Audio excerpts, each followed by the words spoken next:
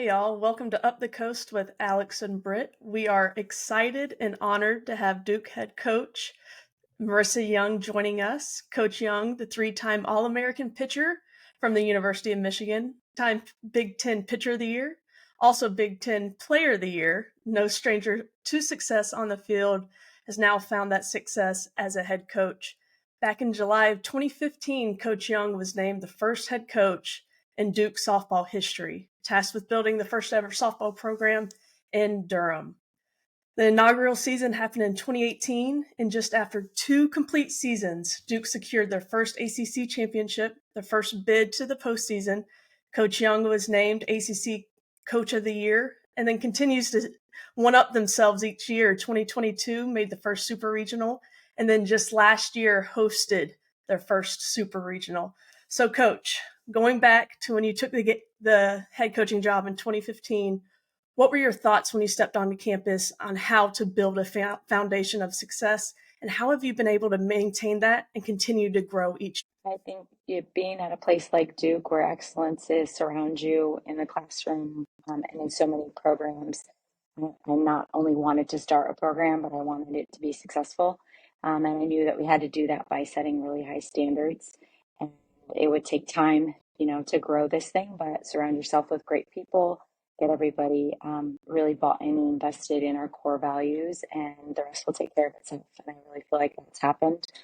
Um, of course, pitching has been really our strength since day one and will continue to be. And, just building a team full of really great athletes that love to compete and are versatile has been the key to our success. You Awesome. mentioned your core values. What would you say your core values were from day one and to today? Um, Really living a life of excellence on and off the field. I want to not only build great softball players, but great women. Um, Hard work, obviously, and I think a lot of people these days like to throw that term around, but it's really just being willing to do what others aren't and what others don't. um, Being great communicators, and I think that that's difficult in today's time of wanting to have difficult conversations and being authentic and vulnerable and all of those things, and being great competitors. So those are really our pillars, and we find ways to really highlight players that are living those core values on a day-to-day basis. Love it. What's one of the things that you are most proud of since taking over the program and kind of creating it? I think that we are living a life of excellence. Obviously, winning a championship is definitely proof of that on the field. But the fact that we've had every player who's graduated this program leave with either a job in hand or admission into grad school, they're really prepared for life when they leave our program, and I just love seeing them thrive and just owning the arenas that they're in post graduation, and really that's a full circle moment for me as a coach. Did you know Well, that you always wanted to coach just yeah. as you kind of made that transition yourself? Was that something that was always in your future? Not at all. I honestly wanted to go to law school and wanted to be a criminal attorney. And I started giving pitching lessons for one of my former teammates. She had a facility. And I started doing pitching lessons just on the side and really fell in love with the connection that I had with players and coaching, and the rest was history. Wow, that's I'm sure you've been a great lawyer too. Maybe after you win a couple national championships, you can go to law school and keep challenging yourselves. Looking at this year, and we just mentioned it before we started recording, the success that you're having is incredible. You have one loss on the season, and that was the first game of the year to Oklahoma, defending national champions. You've outscored your opponents 159-15, which I had to go count and double check that my numbers are right. I went back 2 or 3 times because that was just unbelievable. 14 shutouts on the year, a .73 team ERA, and a 980 fielding percentage. To me, when I watch Duke, you can pitch, you can hit, you can field, you can base run at an elite level. And we've seen it throughout the years since you've been there. You mentioned you always have pitching. You've had some speed, you've had youth, but this year I feel like it's all there and it's been consistent all year long. At this point in the season, how do you maintain that consistency? Because I feel like every team so far throughout the country has dropped a game they shouldn't have, but not Duke. We talk about consistency, how you show up every single day, every practice, your ability to maintain your focus for the duration of practice or the duration of the game is really key. And I think in the past, our team has played up and down based on the jersey across the field, and they really were committed to that not being the case this year. That we would show up and play our best softball regardless of who we're playing. And that's really tough to do, really tough to do day in and day out. But we just continue to find small goals to play a game within the game, and they've really bought into that and stayed committed to it. And yeah, I mean, our pitching staff is just elite. The amount of shutouts that we've thrown, and defense has really gone to another level this year. That was our nemesis last year, and Coach Taylor and Coach Liv have done a phenomenal job with infield and outfield improving. So the pitchers just feel so confident going out there to throw, and obviously offensively up and down the lineup, we're getting production. So it's a lot of fun. Yeah, and your definitely a lot of offense fun to watch. Yeah. doesn't just do it one way. I love that you can play small ball. You can hit the home runs when you need to. You mentioned like the small goals within a game. What are some of those, if you don't mind sharing?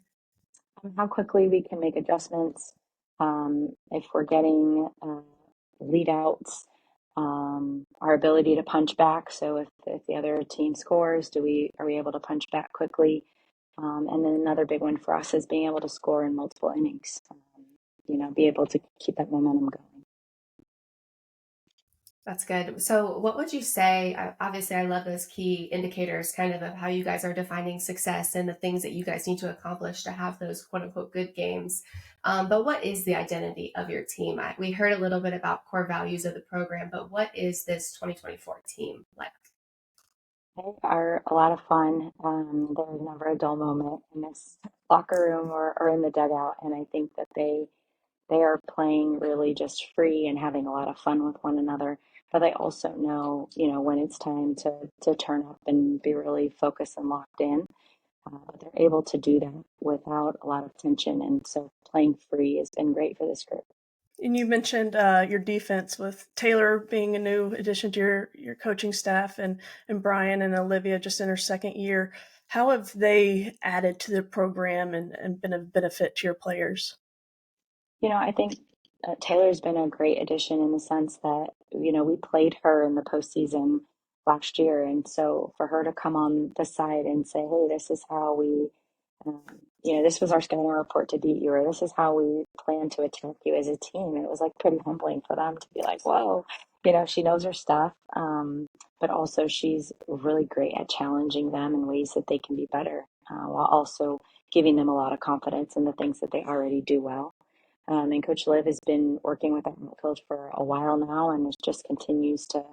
Our outfield's making ESPN plays game in and game out. And then Coach Brian has really taken over with the catchers. And, Kelly and Frankie have both been doing a phenomenal job catching our pitchers back there and being a complete battery. Awesome. Yeah, it's been so much fun to watch and just kind of the different aspects, and they all fall into place so seamlessly, it seems like. So, kind of transitioning a little bit to specific players, Jayla Wright. I mean, you said pitching will always be strong for you and has been so far, but let's talk about her a little bit. Britt and I kind of talk about her a lot because she really is a star on the team, but we wouldn't call it like a turnaround year, but this year she just seems different. It's her aura out there. It's her confidence in the circle. She's just really good. Why do you think that is looking like that this year? And what has she done? What have you guys worked on together to give her that level of confidence and success? She's had such a wonderful evolution here in our program. And I think year one was really about improving her stuff. And then the next year it was like, okay, how do I follow up now that Peyton's gone? And I think she tried to put too much onto her shoulders and kind of lost herself along the way. And this year she just knows it's her last year and she wants to go out being herself. And, she knows her stuff is good. And she's just going out there really confident and having fun and enjoying being out there and competing. What Yeah, are you some other mentioned. things? Go Oh, ahead, sorry, Alex. sorry, right. But just kind of on the topic of Jayla Wright, real quick, with Cassidy Curd and some of the other pitchers that you have, what are you wanting these young pitchers to learn from Jayla, or what is it that she's just kind of taken it upon herself? I think that our success comes from having such a great staff. They dominate in their own way. They're all very unique, and so I really work to empower them to go be who you are on the mound. And I think that they're able to watch Jayla own her stuff and not try to be something she's not. She's just like mastering her pitches and going out there and doing her thing. And so for each of the younger pitchers, just understanding I don't have to be great at everything. I don't have to have 5 and 6 different pitches, but whatever it is that I do well, I need to own it and make sure that shows up every day. Staying on the pitching staff, when Danny Drugmuller announced she was going to transfer in from Pitt, I believe you had a quote saying that she was transferring into a program that had 2 elite starting pitchers and that you knew that she was a competitor because she wanted to come here and win. How is that addition and her experience, knowing that she's here to win, not necessarily be the star of your pitching staff? How has she really shaped like your bullpen and your staff? She is such a mature player and just a great personality. And I still, give her the utmost credit and respect for coming here. She's not getting the innings that she had at Pitt, but she's really embracing her role and what she can do well here to help us win. And I think all of the pitchers have pushed her as much as she's pushed them coming in with the experience that she has. Uh, and she's, going to help us down the stretch. Love it. We've seen a lot of transfers, I think, this year come in and really make an impact to some programs. So we like to see her continuing to do well when her number is called. But now kind of transitioning focus to a little bit more of your senior class as a whole. So we know that you returned the core of your team from last season, and you had some freshmen in some really big roles last year. But now looking kind of at those upperclassmen, the senior class in particular, what have they meant to the program, and what is it that you are most proud of? Yeah, this is it feels like second round of babies that I've really seen come in and grow up, and a big class going out. It's going to be a big loss to our program, but again, I'm just most proud of the fact of how much each of them have grown individually as human beings on the field and also in their personal life of just, being more confident and owning the room in the arenas that they're in as they leave here. So I'm super thankful for the mark that they've left on this program and how they continue to instill greatness in our underclassmen. They lead by example, but they also know how to get out of the way and, let the younger kids feel free to be themselves and go play. And I think that's really important. But they are super determined to take this program to the College World Series before they go. And this group, for the most part, your seniors, has stuck together for their 4 years here in an environment in college athletics with a transfer portal and all these temptations, NIL and things like that. How has it been that you as a program and as a coach and a team been able to keep this core together for 4 years and be able to really develop them as a player under one head coach? I think player development is definitely a strength of our program. We cannot rely on the transfer portal to bring many kids in because of our academic standards. So they know that we're going to recruit them and help them grow as players. And they've really bought into working hard and paying their dues, that their time will come. And I give them a lot of credit for that. There are a lot of kids that will pick up and go elsewhere. But I think teaching them that they all have value, even though it may not be your number or your name in the starting lineup every day, but they're helping this program be successful is definitely key to helping those kids stay invested and continue to want to grow, even when you're not able to reward them with playing time. Yeah. While on the topic of player development and people development, you have several young children yourself. And what has it meant to you and your husband and your family as a whole to be able to have these strong women and strong athletes kind of impact and influence your own children? Well, early on in starting the program, my girls really, were blessed to be around this environment to learn and grow with these role models around them. And, now they're to the age where some of my players were their former teammates. And that's a whole different dynamic, but a lot of fun for them to come now and see their college friends thriving. And before you know it, they're going to be off to college themselves. So I'm just glad that they've been around the game and had this college experience prior to them going off and spreading their wings. Now, do you have Florida and UCLA on the schedule coming up the next couple of years? Kirk and I have talked about getting that tournament going, and we're going to Florida next year. Awesome. That'll be fun and exciting to watch, and I'm sure a lot of nerves on both sides, but you've got to be super proud. I'm looking forward to this week. You've got a big midweek with Liberty. They always, challenge some big schools out there. You can never overlook them. They always have a big strength of schedule. And then Florida State this weekend. Your team's rolling right now. I mean, I don't know what you need to correct or get better at, but what's your focus this weekend with your team going into the Florida State series and Liberty? What are you going to focus on and work on? A lot of what I talked about before is just being able to maintain consistency. The game doesn't know, and Liberty is a really good team. So going there to play them on the road, we've got to be ready to play quality 7 innings of softball. And then obviously going to Florida State is always a wonderful experience, great environment, and we know that they're going to give us 3 great games. So looking forward to being able to make adjustments from one game to the next. We hear a lot too, the phrase that the game doesn't know. And it's one that I, was pounded in my head as a player too, because on paper you can be better and supposed to win games, right? And Brett mentioned it very early in our conversation that you guys haven't given up those games and those tough losses that quite frankly, like some teams just shouldn't be losing to.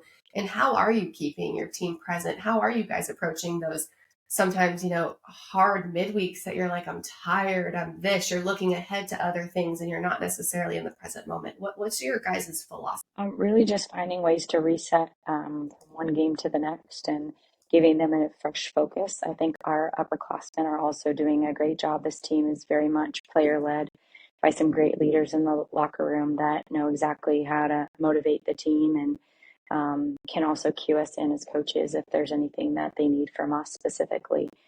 But this is a really driven group and they know what they want and we're getting after it. Well, looking big picture, I think goes without saying it's got to be exciting to be the host of the ACC tournament this year. Get to play on your home field. Is your team excited? Is it something you're talking about, or we're not looking that far ahead yet? Oh, we're definitely excited about it.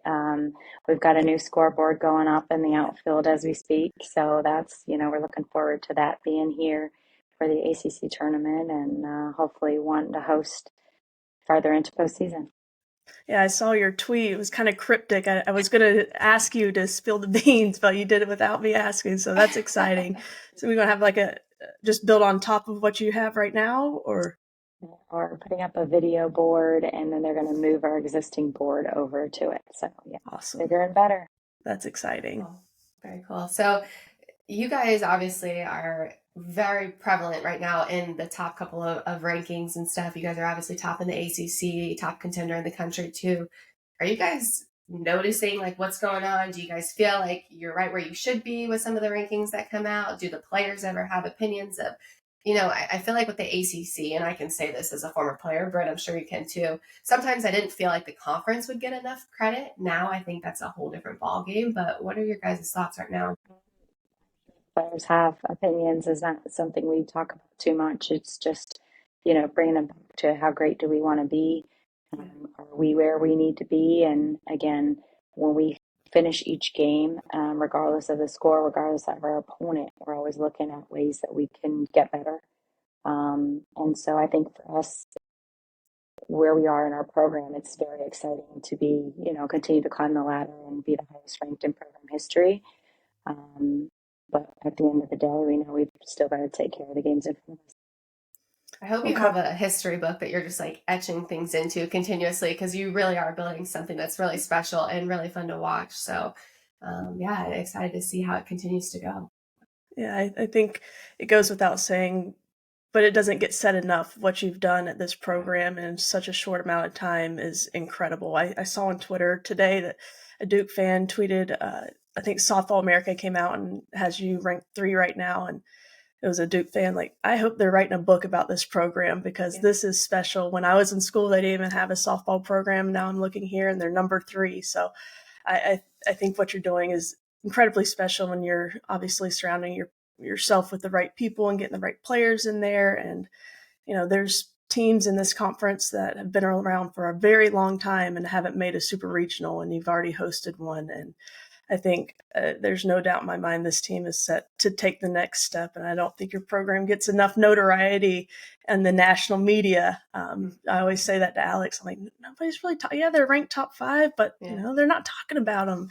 I don't know if y'all embrace that role. You know what? People aren't giving us the attention we deserve, but you know what? We'll just sneak up and shock the world every year. Yep. Got to keep going. Yeah. Well, I've never been to Durham, and I'm super jealous that Duke wasn't, a program when I was still playing. So definitely looking forward to this year and getting to experience what Duke is like on campus. So thank you so much for joining us. Yeah, thank you for having me. Thanks, Coach. All right. Bye-bye.